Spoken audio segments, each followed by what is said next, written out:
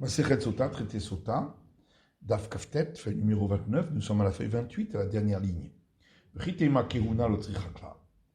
Si tu viens répondre à la deuxième question en disant que, effectivement, d'après Rabbi Akiva, il n'y a pas besoin de verset pour nous dire que la femme qui était suspectée d'adultère est interdite au prêtre,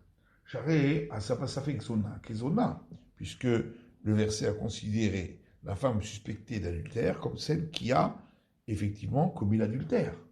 Et celle-là est interdite au prêtre. Mais alors la Gemara dit Troumanami l'otibaïkra. On n'aurait donc pas besoin non plus d'un verset pour dire que la femme suspectée d'adultère est interdite de manger les prélèvements au prêtre. Charé asaba safek zona kezona, puisque on a dit que la femme suspectée d'adultère a les mêmes règles que la femme qui a effectivement commis l'adultère. Et là, le Rabbi Akiva, en fait, la réponse, c'est que selon Rabbi Akiva, il y a 4 expressions dans ces redoublements de termes vénitmea et elle est devenue impure pour faire des déductions, puisque d'après Rabbi Akiva, il apprend également du vav en trop. Or, une des fois, c'est écrit vénitmea et elle est devenue impure, donc on peut également déduire du vav, ça fait une 4e déduction.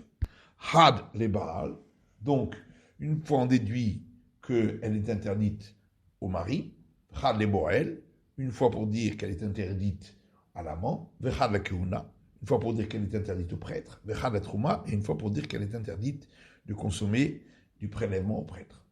Rabbi Ishmael, Tatakra activé. Alors que d'après Rabbi Ishmael, lui, puisqu'il n'apprend pas du Vav en plus, il n'y a donc que 3 expressions ici pour faire des déductions. Had le Baal, une fois pour le mari, Had le Boel, une fois pour interdire à l'amant, Had le Trouma, et une fois pour interdire de manger du prélèvement au prêtre. Et l'interdiction au prêtre, il l'apprend de l'argument a fortiori qu'il a rapporté. Rabbi Shmuel, Trouma, ou Kehuna Tiabekal Vachomer. Maintenant, on peut poser une question. Rabbi Ishmael, qui lui dit que le mot en trop vient apprendre que la femme n'a pas le droit de manger du prélèvement au prêtre. Et donc, de là, on en déduit qu'elle n'a pas le droit de se marier avec un prêtre par l'argument a fortiori. Dis-moi qui Keuna. Peut-être le verset est venu dire qu'elle est interdite au prêtre. Ou Trouma Sharia. Et elle restera alors permise de consommer du prélèvement au prêtre, puisqu'il n'y aura plus d'argument a fortiori. Amalcha, Rabbi Ishmael te répondra, Mistabra Dumia de Baal ou Boel, qu'il est logique de dire que la 3e déduction doit ressembler à celle où on interdit au mari et à l'amant. En disant, Ma Baal ou Boel Mechayim, de la même manière que l'interdiction au mari et à l'amant, c'est de leur vivant. Aftroumanami Mechayim. De même, l'interdiction de manger du prélèvement au prêtre, c'est également aussi de leur vivant. La Pukekehuna de la Ramita. Alors que l'interdiction au prêtre serait seulement après la mort du mari. Parce que si le mari la divorce, elle est de toute façon interdite en tant que divorcée. Donc forcément, on parle qu'elle est devenue veuve. Vers Rabbi Akiva, alors que Rabbi Akiva, du de Baalou Boel, lui ne tient pas de cet argument de dire qu'il faut que ça ressemble à l'interdiction au mari et à l'amant, et c'est pourquoi elle a besoin d'une 4e déduction dans le verset. Veinami itle.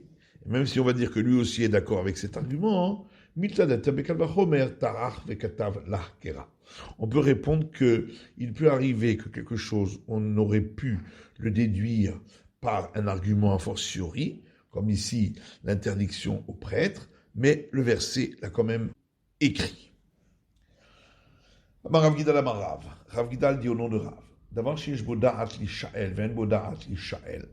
la différence qu'on a fait entre le doute sur l'impureté concernant quelque chose qui a une conscience pour qu'on puisse lui poser la question, et lorsqu'il n'y a pas dans cet élément une conscience pour poser la question, mais Haïkra Nafka, on l'apprend du verset suivant dans le Lévitique.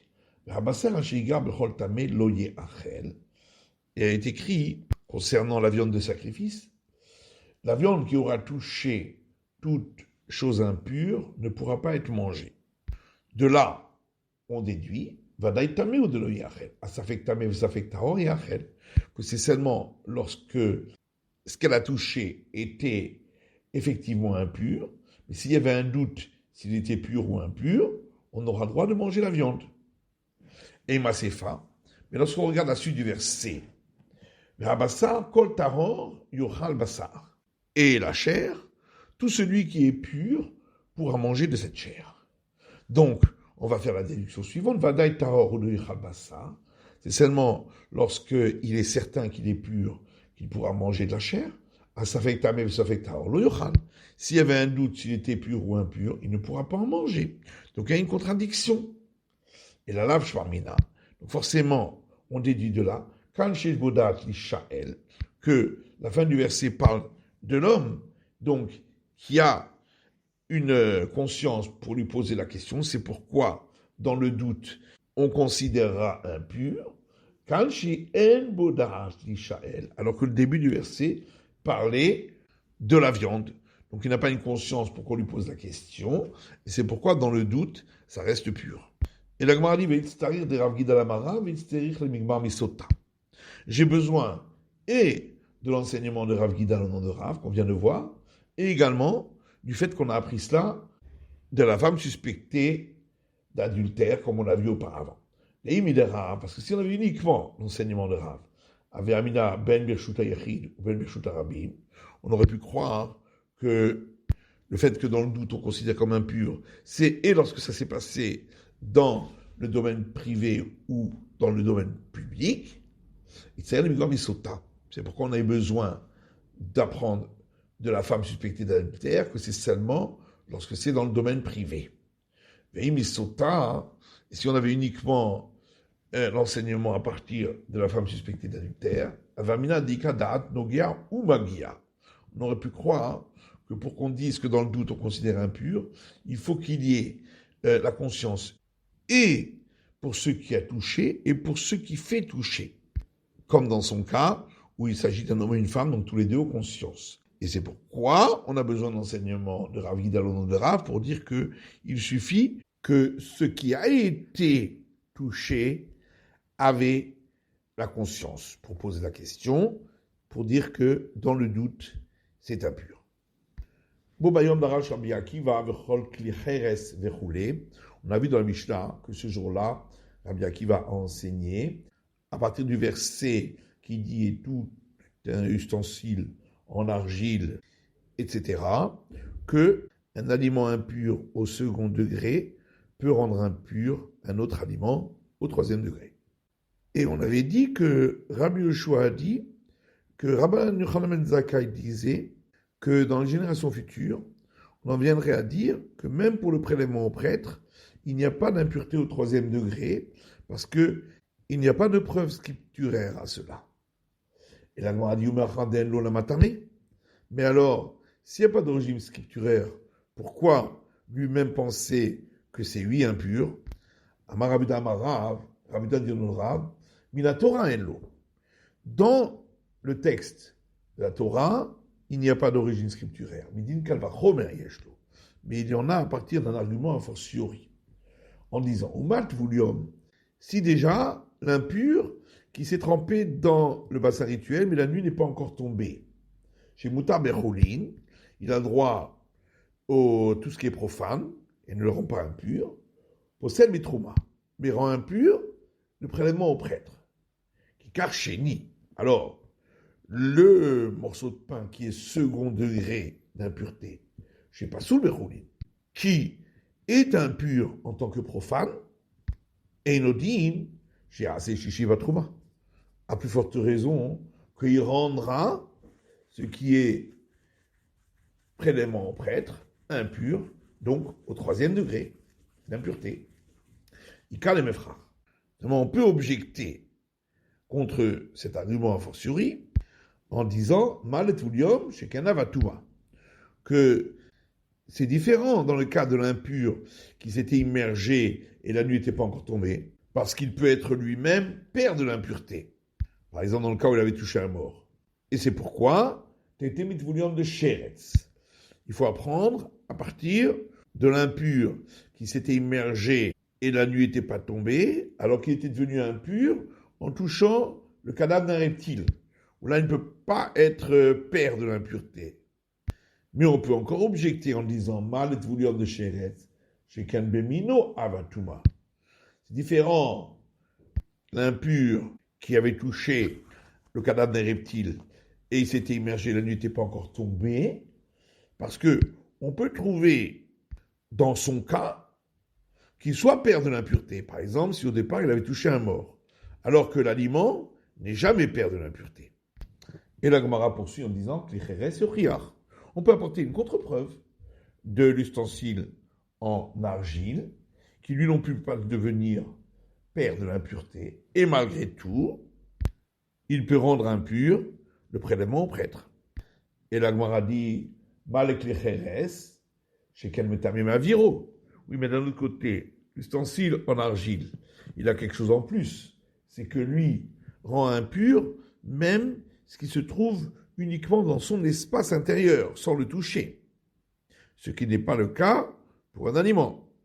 Mais là-dessus, on reviendra au cas de l'impur qui s'est immergé, la nuit n'est pas encore tombée, qui lui aussi ne rend pas impur de par son espace intérieur, mais uniquement au toucher, et il rend impur le prélèvement au prêtre. Vers Radin. Et donc on peut apprendre à partir de ces deux cas, de l'ustensile en argile et de l'impur qui s'était immergé, la nuit n'était pas encore tombée, en disant l'oreisé qui réisé, l'oreisé qui réisé, les lois de l'un ne sont pas comme les lois de l'autre, les lois de l'autre ne sont pas comme les lois de l'un, et donc on apprend de leurs points communs. Chez Mitam In ou Poskim Betrouma, le point commun des deux, c'est qu'ils s'appellent impurs et ils rendent impur le prélèvement au prêtre.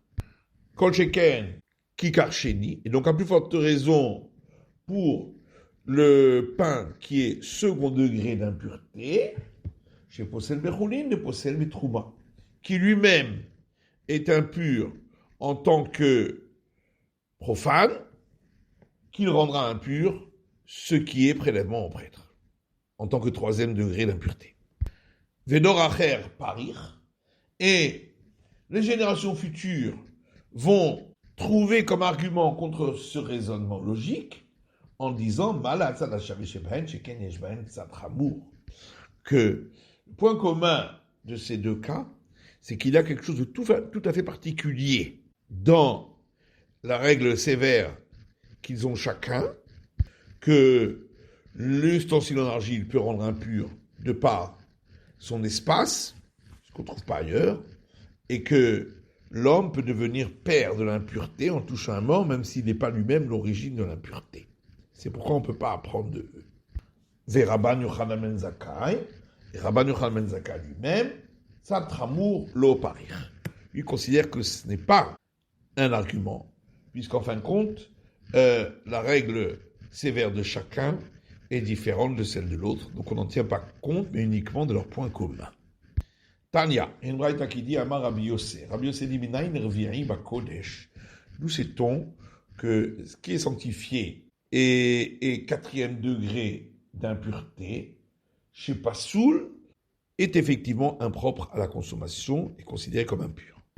Mais dis-nous, on peut l'apprendre par un argument a fortiori. Mamechoussar qui pourrit.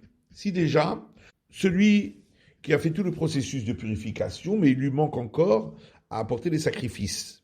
Chez Moutar Bitrouma, il a le droit donc de consommer le prélèvement au prêtre, pas sous le Bekodesh, mais il n'a pas le droit de consommer du sanctifié.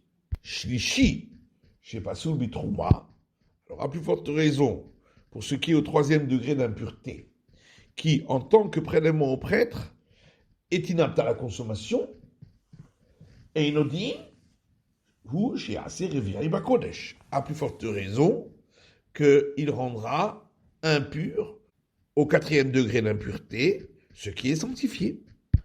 Velamanu Shlishi la Kodesh Minatora. Donc on a appris qu'il y a le troisième degré d'impureté pour ce qui est sanctifié de par la Torah, Ou vieille Mikal Vachomer. Et le quatrième degré d'impureté d'un argument a fortiori qu'on vient de voir. Shlishi la Kodesh min Torah min Alan. Et le troisième degré d'impureté, pour ce qui est sanctifié, où le trouve-t-on dans la Torah? Dit-il parce qu'il est écrit dans Lévitique, va Massar Hacharigar Bechol Tamé Lo Yachel. Et de la chair du sacrifice, qui toucherait tout ce qui est impur, ne pourrait pas être consommé. Milo Askinan de Nagar Besheni. Est-ce qu'on ne parle pas aussi d'un cas où elle aurait touché quelque chose qui est deuxième degré d'impureté, parce que ça s'appelle aussi impur. Et la Torah a dit que cette chair ne pourra pas être mangée, ce qui veut donc dire que le troisième degré d'impureté, pour ce qui est consacré, est impur. Et pour le quatrième degré d'impureté, ça, on l'apprend par l'argument a fortiori qu'on vient de voir. Rabbi Yochanan dit, l'explication du maître, donc Rabbi Yossé, qu'on vient de voir, je n'ai pas compris exactement. Chez Haré Tchouva Metsido, parce qu'il y a un argument pour contredire cet argument a fortiori, en disant Ochen Abba Mahmat Tvoulion, un aliment qui a touché l'impur qui s'était immergé et la nuit n'était pas encore tombée. Yoriach est bien une contre-preuve. Chez Pasoul Mitrouma, puisque en tant que prélèvement au prêtre, il n'est pas consommable, donc impur, et malgré tout, il ne rendrait pas ce qui est consacré, quatrième degré d'impureté en le touchant. Et d'où sait-on qu'il ne rend pas quatrième degré d'impureté l'aliment consacré qu'il aurait touché? Des Tanya, parce qu'il y a une braïta qui dit, Abba Shaul Omer, Abba Shaul dit, Tvoulium Trila le Kodesh. L'impur qui s'est immergé, la nuit n'est pas encore tombée, est considéré comme premier degré s'il touche quelque chose de sanctifié. Et donc, et donc il y aura possibilité de rendre impur par deux contacts successifs, en tant que deuxième et troisième degré d'impureté, et ensuite de rendre impropre quatrième degré d'impureté, qui lui-même ne peut pas rendre impur. Rabbi Meir Omer. Rabbi Meir dit, mais tamé echad ou possède echad. Non, il peut rendre impur par le premier contact pour rendre second degré, et ensuite, deuxième contact à partir de celui-là qui est second degré, qui va rendre impropre en tant que troisième degré. Mais ce qui est au troisième degré ne pourra pas rendre impur ensuite.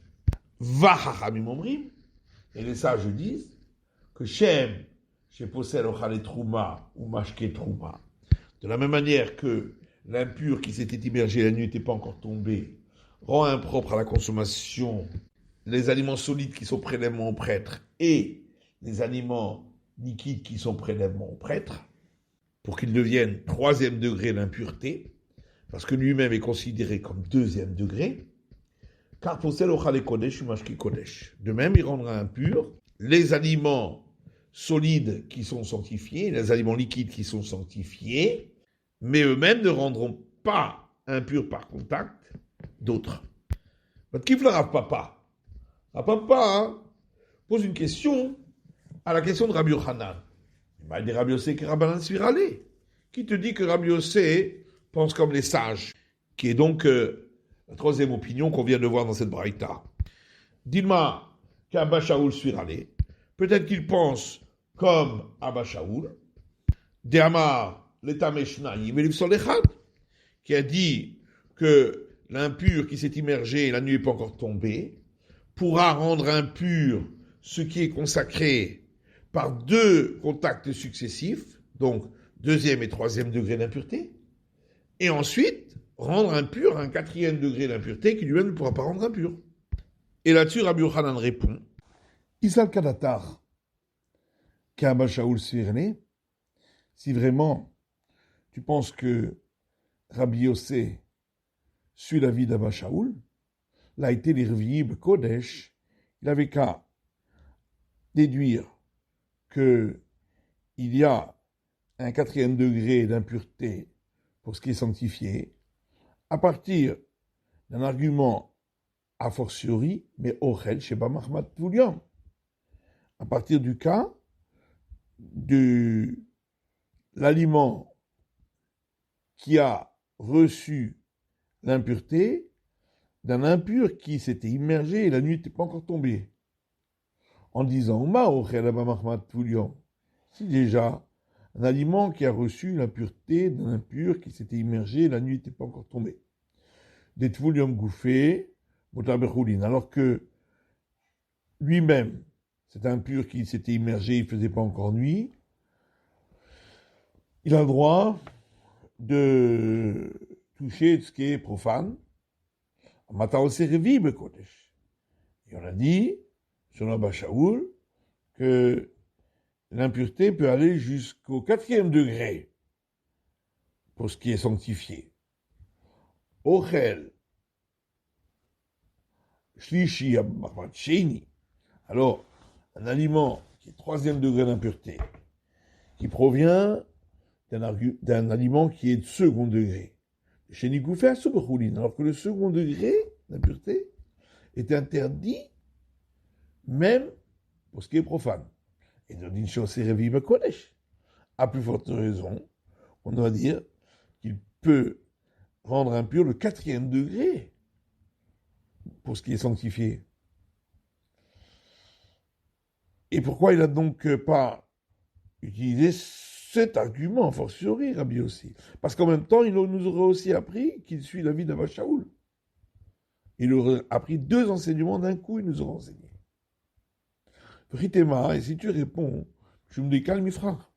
Parce que cet argument, a fortiori, on peut lui objecter que Malit Voulium Shekan Avatuma, l'impur qui s'est immergé, la nuit n'est pas encore tombée, c'est différent parce que lui-même peut même être le père de l'impureté. C'est pourquoi il y a cette loi de sévérité chez lui, qui peut aller jusqu'au 4e degré d'impureté pour ce qui est sanctifié.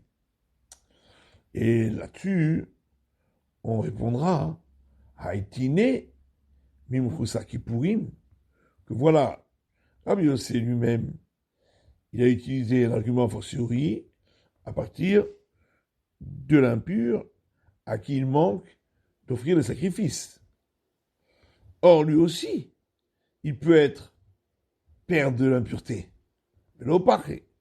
On voit que Rabbi Yossé n'a pas utilisé cet argument pour objecter. Et donc, c'est bien que, effectivement, on n'objecte pas à partir de là. Et donc, pourquoi il n'a pas utilisé l'argument a fortiori qu'on vient de dire? C'est donc bien qu'il ne tient pas comme Abba Shaul, mais comme les sages. C'est la fin de l'étude, c'est la fin numéro 29 du DAF Kaftet.